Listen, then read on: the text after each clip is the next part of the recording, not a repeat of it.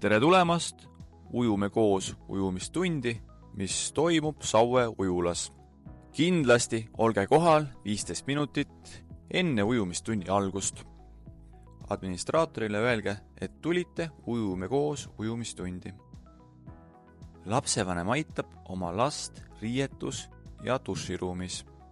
Lapsevanem vastutab lapse eest ujula fuajees, riietus- ja duširuumis. Enne ujumistundi peab laps olema korralikult seebiga pestud, ilma et lapsel oleks pesemise ajal ujumisriided seljas. Peale pesemist peab laps käima tualetis.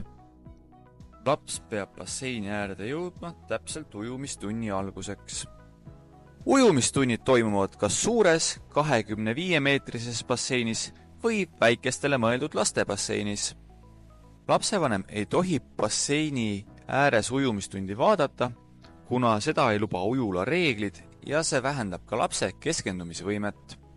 Kui lapsevanem soovib peale ujumistundi minna koos lapsega ujuma, siis peab lapsevanem ostma endale ja lapsele selleks eraldi pileti. Laps ei tohi sauna kasutada enne ja peale ujumistundi. Soovime lastele vahvaid ujumistunde. Kohtumiseni!